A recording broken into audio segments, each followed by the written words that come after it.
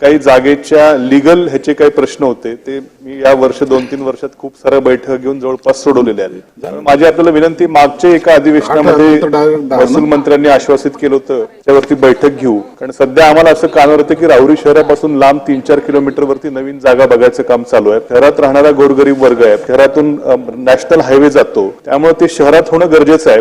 त्या दृष्टीने मागे एकदा आश्वासन मला मिळालं होतं की अधिवेशनात बैठक लावू.